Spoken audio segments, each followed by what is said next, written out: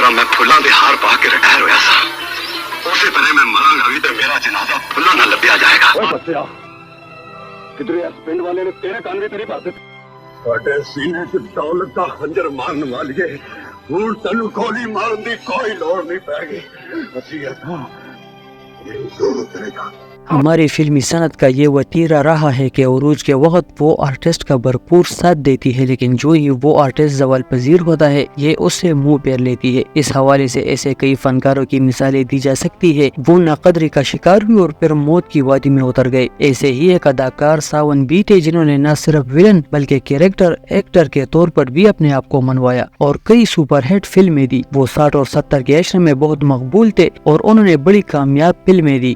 کسی دی کوئی اولاد نہیں ہوندی، دی جائیداد لوکی اپنا حق جتان دی کنے۔ ساون کا اصل نام ظفر احمد بٹ تھا۔ وہ اپریل 1920 کو سیالکوٹ میں پیدا ہوئے۔ وہ ایک غریب خاندان سے تعلق رکھتے تھے اور اسی لیے وہ اپنی تعلیم مکمل نہ کر سکے۔ جنگ عظیم دوم میں وہ برٹش انڈین آرمی میں شامل ہوئے۔ ملازمت کے دوران انہیں مختلف علاقوں میں بھیج دیا گیا، ان میں مشرقی وسطی بھی شامل تھا۔ انہیں جہاں کہیں بھیجا گیا انہوں نے بڑی جان فشانی سے اپنے فرائض سر انجام دیے۔ جنگ عظیم دوم کے بعد ساون کو فوج سے سبق دوش کر دیا گیا۔ وہ سیالکوٹ واپس چلے گئے۔ روزی کمانے کے لیے انہوں نے تانگا چلانا شروع کر دیا۔ اس زمانے میں یہ پیشہ عام تھا اور اس میں بہت کمائی بھی تھی۔ اس زمانے میں 2 ٹانگا سٹینڈ تھے، ایک شہباز خان اور دوسرا اڈا پسروریا۔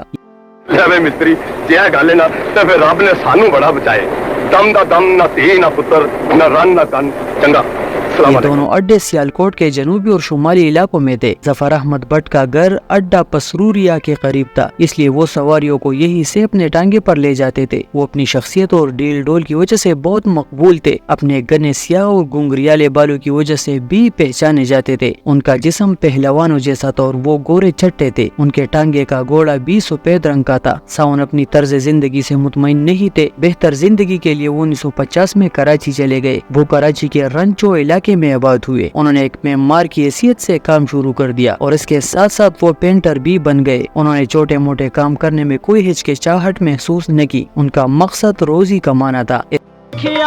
مول نہ ٹلدا کریے لکھ تدبیراں ہو اے نگری ٹاٹا دی ایتھے ہوندا کل زمانہ۔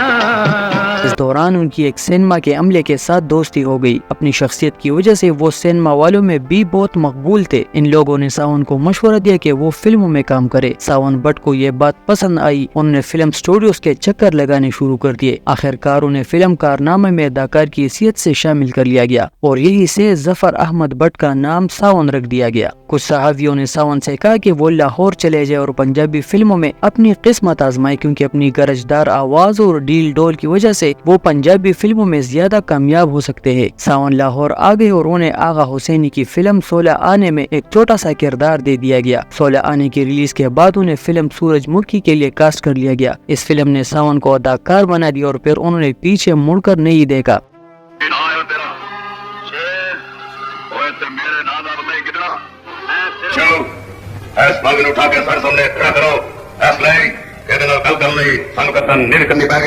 انہوں نے کئی پنجابی فلموں میں مرکزی کردار ادا کیے، جن میں انورا، ازغرا، بابا دینا، مالی، خزانچی، زیلدار، ہاشو خان، خان چاچا، جگری یار، گونگا، پہلوان جین، لندن وغیرہ شامل ہے۔ ان کی دوسری مشہور فلموں میں شیرا دے پتر شیر، جانی دشمن، ملنگی، ڈولی، چند مکنا، سجن پیارا، بریا میل اور پنج دریا کے نام لیے جا سکتے ہیں۔ کہا جاتا ہے کہ ہدایت کار اسلم ڈار نے اپنی نئی فلم بشیرہ میں مرکزی کردار کے لیے ساون کا انتخاب کیا۔ ساون نے بھاری معاوضہ طلب کیا لیکن اسلم ڈار نے انکار کر دیا اور پھر ان کی جگہ سلطان راہی کو بشیرہ کے لیے کاسٹ کر لیا گیا۔ اس سے پہلے سلطان راہی کی فلم بابل سپر ہٹ ہو چکی تھی۔ بشیرہ باکس آفس پر بے حد کامیاب رہی اور سلطان راہی نے عروج کی سیڑھیوں پر پہلا قدم رکھ دیا۔ اس کے ساتھ ہی ساون کا زوال شروع ہو گیا۔